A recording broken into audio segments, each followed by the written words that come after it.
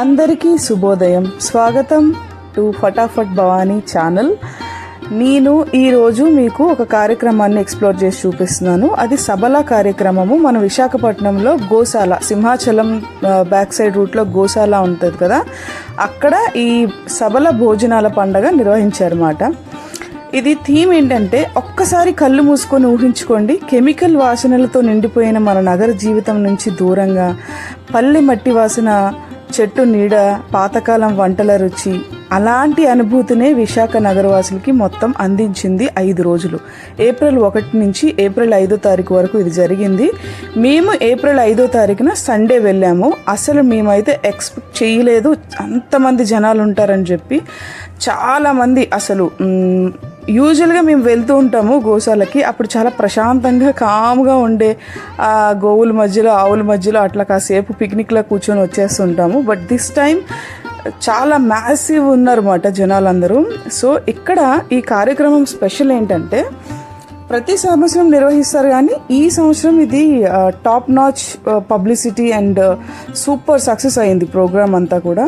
ఈసారి ఇది ఏంటంటే, అసలు కాన్సెప్ట్ ఏంటి అని మీకు తెలియాలి అంటే, ప్రధాన లక్ష్యం ఏంటంటే ప్రకృతి వ్యవసాయం, రసాయనాలు లేకుండా, విషాలు కలపకుండా గోవుల ఆధారంగా సాగు చేసే సహజ వ్యవసాయం ఎంత ఆరోగ్యకరమో ప్రజలకు చూపించడమే ఇది ప్రధాన లక్ష్యం. ఇక్కడ వడ్డించేది భోజనం సాధారణ భోజనం కాదది. పాతకాలపు బియ్యాలు, మిల్లెట్లు, స్థానిక ధాన్యాలు, దేశీ పప్పులు, ఇత్తడి పాత్రలో సాంప్రదాయ పద్ధతుల్లో బండపై మంటల మీద వండే వంటలు మాట.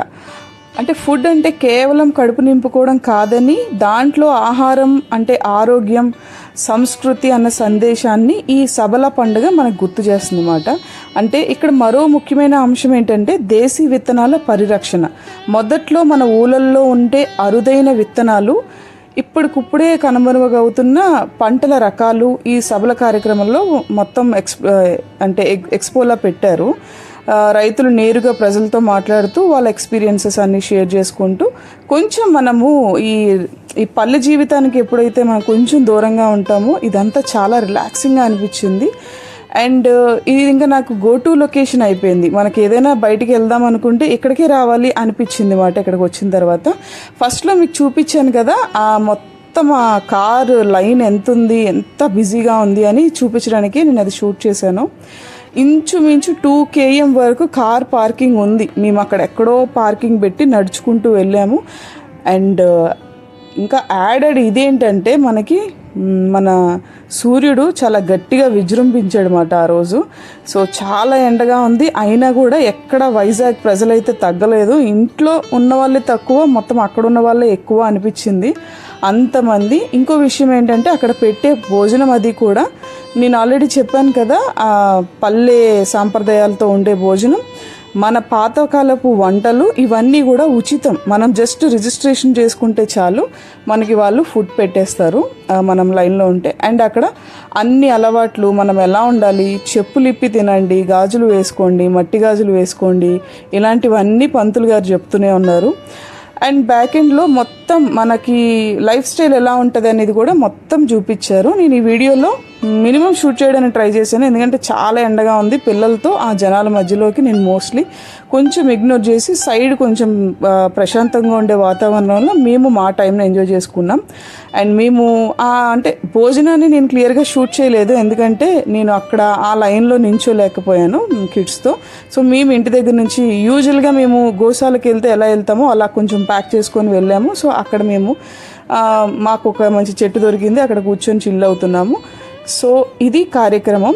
మొత్తానికైతే మీరు మీ పిల్లలతో మంచి ఒక గ్రామీణ వాతావరణాన్ని చూపించాలి అనుకుంటే మాత్రం ఇలాంటి ప్రోగ్రామ్స్ అయినప్పుడే వెళ్ళాల్సిన పని లేదు. మనకు ఖాళీగా ఉన్నప్పుడు కూడా కొంచెం మీకు టైం దొరికినప్పుడు గోశాలకు వెళ్తే ఆవుల తాలూకా ఇన్నోసెన్స్, వాటి ఫుడ్ అండ్ మన చెట్ల కింద పిక్నిక్ టైప్ ఇవన్నీ మనం మంచిగా ఎంజాయ్ చేయొచ్చు. మంచి విలేజ్ వైబ్ ఎంజాయ్ చేయొచ్చు అక్కడికి వెళ్తే.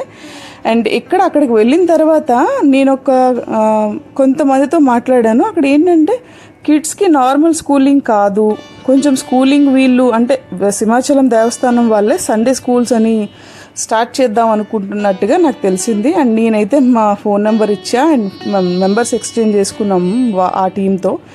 వాళ్ళు ఈ గోశాలల్లో ఎవ్రీ సండే యాక్టివిటీస్, వంట, కట్టెపొయ్యి మీద ఎలా చేయాలి, ఈ బియ్యం ఏంటి అంటే చిన్న పిల్లలతో సహా మన పాతకాలపు పద్ధతులు ఏంటి అన్నది నేర్పించడం ఫస్ట్ పని. రైమ్స్, స్టోరీస్, చిట్టి చిట్టి కథలతో వాళ్ళకి ఎక్స్ప్లెయిన్ చేయడం అన్నది మెయిన్ మోటో. సో ఇది మన పిల్లలకి కోసం వాళ్ళు ఆలోచిస్తున్నారు అండ్ వాళ్ళు ఇంకా అది ఇనిషియేట్ చేస్తున్నట్టున్నారు. అది అయిన తర్వాత I will give you an update. So this is about Sabala program, Sabala భోజనాల కార్యక్రమం. చూసారా ఇక్కడ ఇప్పుడు మనము వీడియోలోకి వచ్చేస్తే ఇక్కడ మనకి దీన్ని ఏమంటారు, ఇవి తాటాకు పందిరు అనుకుంటా. తాటాకు పందిర్లు, పూరి గుడిసెలు అండ్ నూనె, ఎద్దు ఇలా తిరుగుతుంటే నూనె వస్తుంది కదా, గానుగు నూనె అదంతా కూడా చెరుకు రసం, గానుగు నూనె అండ్ మట్టి కొండలు, మట్టి గాజులు అండ్ తినే ప్లేట్లు ఇవన్నీ కూడా అక్కడ ఎక్స్పో పెట్టారు. మోస్ట్లీ ఎంత ఎండగా ఉన్నా కూడా చిన్న పిల్లల్ని సైతం తీసుకొచ్చారు అక్కడికి. అది నాకు చాలా ఇంట్రెస్టింగ్ అనిపించింది. సో కూర్చొని అందరూ భోంచేస్తున్నారు. చూసారా, చాలా మంది ఉన్నారు. నేను ఇంకా ఫుల్ క్రౌడ్లోకి వెళ్ళలేదు, నేను పార్షియల్గా పక్క తిరుగుతూ ఉన్నా ఎందుకంటే ఎండ చాలా ఎక్కువగా ఉంది. అండ్ రేట్స్ కూడా రీజనబుల్గానే ఉన్నాయి, తీసుకోవచ్చు.